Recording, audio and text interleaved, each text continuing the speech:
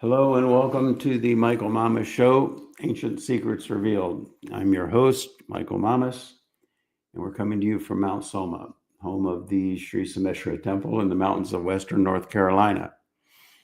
Today, I think we'll just go through my podcasts are all based on the same thing, really. They're just based on my notes through the week. And different weeks I'm into different things. Sometimes one week I'm reading the Brahma Sutras. I talk all about that. Another week, the Upanishads. Another week, humility, fanaticism, and truth. And they're just inspired from things, from conversations I have with people, or maybe things I see on the news or what have you. The Pope, Scotty, is critically ill now. Yeah, I heard that. Yeah, and it's interesting, some of the comments I heard on the news about it. I mean, there's no question he's a good man. He's well-intended and all of that. Needless to say. But some people were commenting about how he's very political, and there was some debate about whether or not he should be, I guess. But made me think of last week's podcast. We were talking about staying out of the weeds. Right. And it's hard to stay out of the weeds. We can't stay out of the weeds completely. I mean, we have opinions. We're living in the relative, and relative means, that you have a perspective. That's why it's called a relative.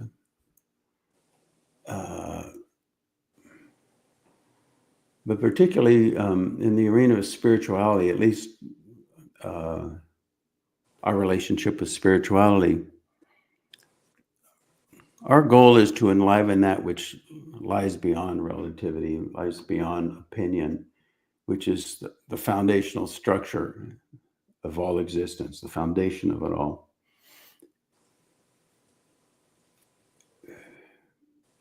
There's that line of a Dylan song, I guess it is, there is no truth outside the gates of Eden. Truth lies in the absolute. And don't even look for truth in the relative. It's not there. It's all echoes of truth to varying degrees. And within the relative, our whole quest, you could say, is based upon trying to get a clearer understanding, a clearer perspective, trying to get closer and closer to the truth. But at the same time, knowing it's not really there. That's one reason why we can say that humility is the flip side of wisdom. Another reason we could say humility is the flip side of wisdom is because you're functioning in a world of perspectives. So everybody you're interacting with has a perspective, and to varying degrees, they're identified with those perspectives. And yin creates yang, so if we relate to other people with a vehement adherence to an opposing perspective, all you do is inflame the thing.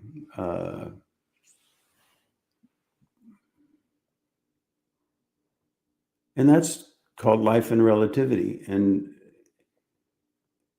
so in the daily lives of people, that's the dance. That's the dance we're doing, and I can certainly, get into that and have my opinions like everybody else. Should men be allowed in women's sports, or,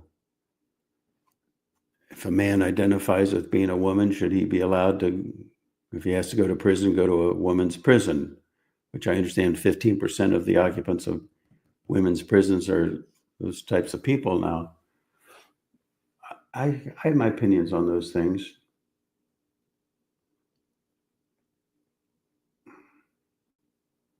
But what's really important, what's the resolution to all of the different back and forth, the yin creating yang, this perspective, that perspective, tug of war, who's right, who's wrong. Wisdom comes from a place that's beyond that. It's a place of really identity with no perspective, yet a place that holds all perspectives. It's the root of the tree. Some branches go this way, others go that way, but they all come together in the trunk and in the roots of the Mother Earth. And how do you nourish the tree? How do you make all the branches healthier? Healthier root. Water the root, they say. And that's really what we're all about. We're about wisdom, not fanaticism. See, you can take any perspective. And if we're too ardently adhered to it, it becomes a fanaticism. But see, in the arena of spirituality, it becomes very interesting because, well, take, for example, mathematics. If you're a math teacher and you give a test and one of the questions for, first grade or whatever is, add these numbers, and you put 2 plus 2 and somebody writes down 5. The teacher would say, no, that's not right. And it doesn't work for the child to say, well, let's just agree to disagree. Within the paradigm of, classical mathematics, as opposed to abstract algebra, 2 plus 2 equals 4. And so that becomes a straightforward foundation. That becomes, on that level, that becomes a truth. But in the arena of spirituality, the whole thing is so abstract. It's so profound and so elusive, so paradoxical in its nature.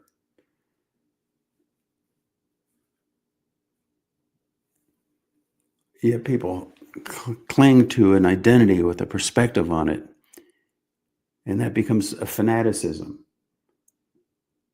Whereas you wouldn't say that the math teacher that says 2 plus 2 equals 4 is a fanatic. No, there's just a rationale to the whole thing. And within that dynamic, that's the right answer. 2 plus 2 equals 4.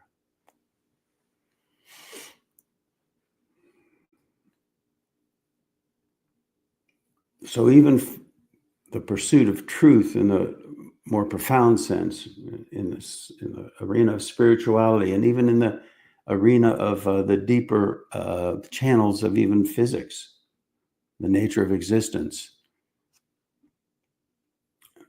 truth becomes something that's quite elusive, intangible.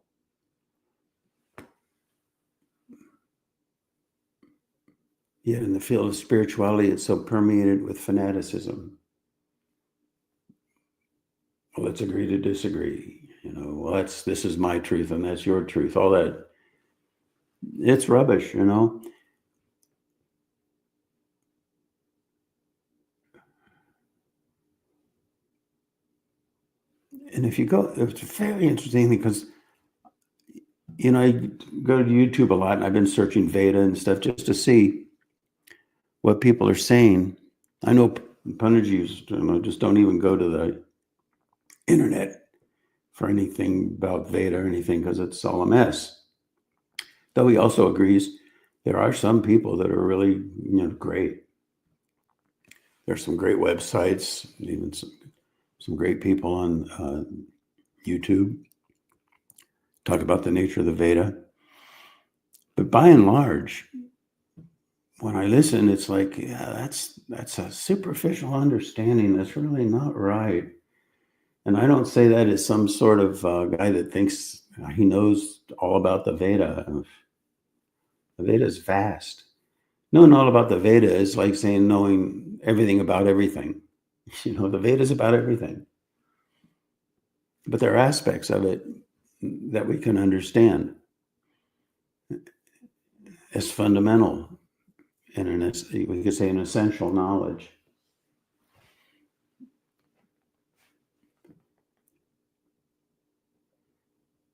And so much, and you see it in all the different religions. You see it in Christianity, Hinduism. There's a limited viewpoint, a limited perspective, and that's what is adhered to as truth. There are no truths outside the gates of Eden,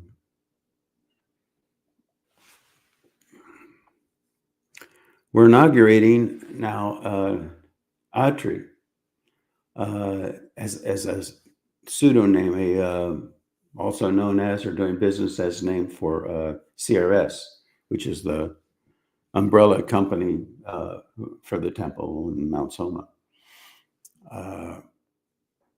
And Atri is such a beautiful word. And we can look at Atri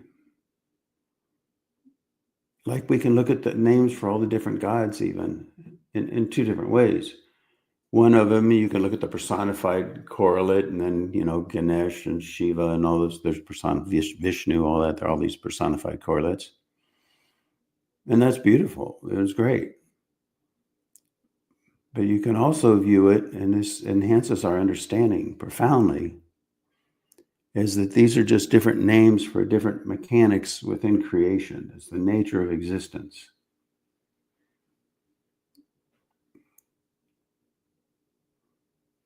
And it maps onto different levels of existence.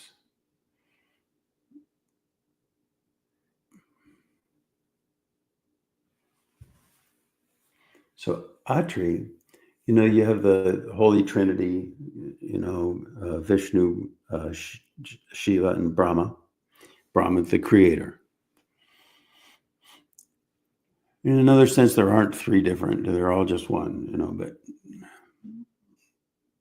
from the perspective of creation, we could look at the quality of that, the value of that. That's called Brahma, the creator of this universe.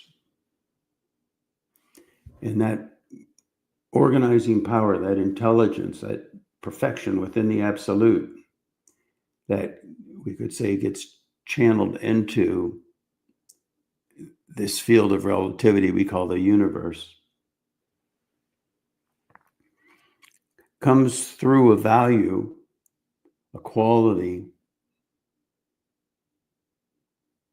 called Atri. From personified correlate, Atri is one of the Saptarishis, is Rishi, an immortal. Atri maps onto, correlates with, on another level, you could say, one of the stars in the Big Dipper.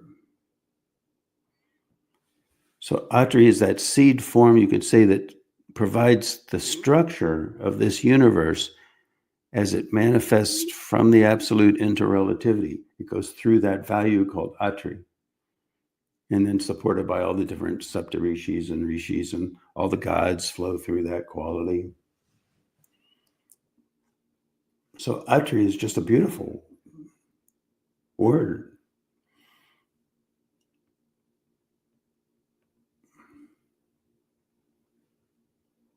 So I thought to make, and also known as, another name for CRS, the Mother Foundation, the Father Foundation for Mount Soma, the temple, all that, Atri. I thought it'd be fun, maybe I'll make these baseball caps with Atri on them, bumper stickers, maybe t-shirt Atri. And it stands for Ancient Technology Research Institute. Now,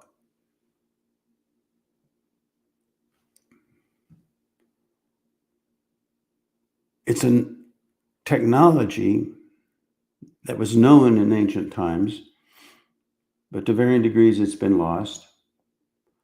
On another hand, aspects of it are known. The Rudu Shake that's done in the temple every day, that's right out of the Veda, But even so, this is all very interesting, because even the Vedic chants, you can look at them in two ways. One way you could look at it is, I adore Agni and all like this. So it's the meaning of those chants. But there's something more profound, more significant even than the meaning, because the meaning is so full, it's so pregnant with values. It's almost like one translation, if you will, one interpretation is just a slice through the pie. But there are infinite number of different ways of slicing through the same pie. These are all operators. They're functioning in all levels of existence. And so a translation, if you will, is just one limited perspective. So that's the sound, that's the meaning. But the other aspect of it is sound, the sound. And really the sound, we could say, is more significant than the meaning or a meaning. Because what is the sound? The sound, Shruti, the sound value is it wells up out of the absolute, wells up through relativity. I think we could fairly say through Atri. That sound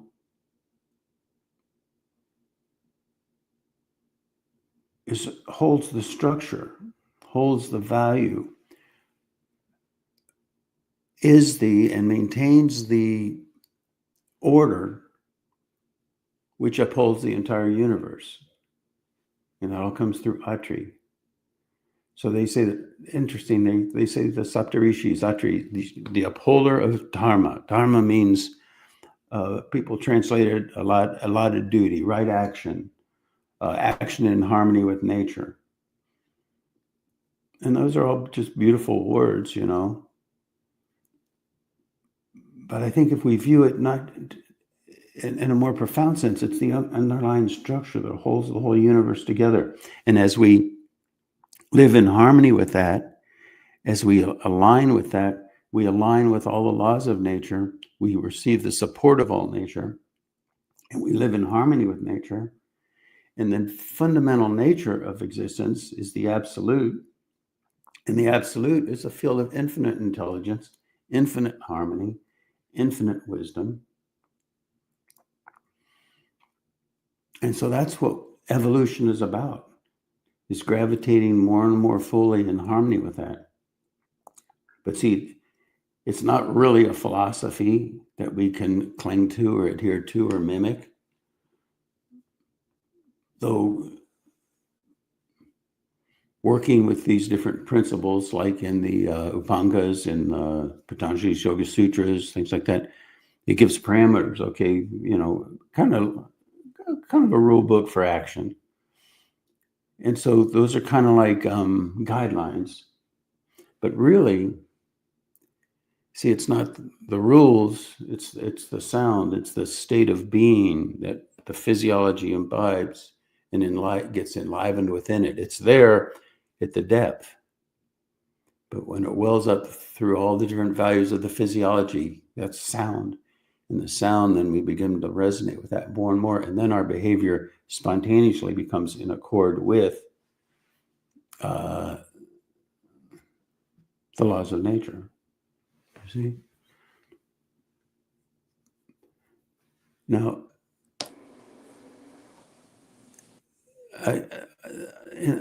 in my notes here, I wrote the eternal underlying groundswell. What do I mean by that? At the depth of our being and in the grassroots of humanity, we feel that, we sense that. We come from that place. So it's almost like even look at like we say, the wars are waged by the leaders and how they can usurp, how they can manipulate the mentality of the masses so that they go to war and kill each other. Whereas fundamentally, the people, the grassroots, the groundswell, the eternal underlying groundswell is largely good, wants to be good, wants to have a healthy, beautiful life, wants to live in harmony with nature.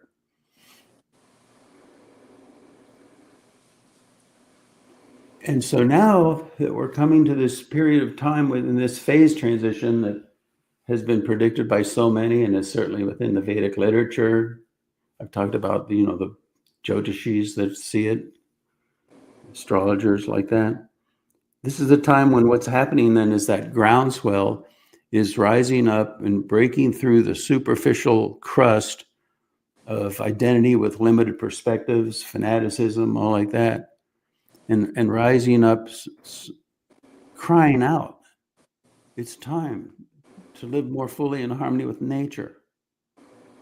And it's one thing to say that, you see, oh yeah, everybody wants that. They've always wanted that. But it's another thing when it's resonating vibrantly in the physiology of the people, welling up through the land, through the plants, through the animals, through the soil, through everything in the material world. And that's what it's about. And that's what this is happening in this time. For so long, there's been a cap on the people, holding them down, spoon feeding them beliefs in this, and preventing them from receiving knowledge about that. Secrets, top secrets. That time is changing. We're coming into a period of Sat Yuga, period of enlightenment. And see, what we're talking about here then is an understanding of the mechanic of the thing, the nature of the thing. It's not just the story, it's all beautiful and, God's coming to earth and everybody's going to be happy and live in harmony and hold hands and sway or whatever. But what I'm trying to get at here is the physics of the thing, how it happens through Atri, and how aligning with those values, that quality. They say in the Veda, Atri is the son of Brahma. Beautiful, Brahma the creator, and this is his son, like that. Anything else, Scotty? No, I think that's it. That's what we wanted to say. Let me just take a quick look at my notes here, see if there's anything I left out. I think that pretty much covers my notes for the week. All right, everybody. Thanks for listening, and we will talk with you again next week.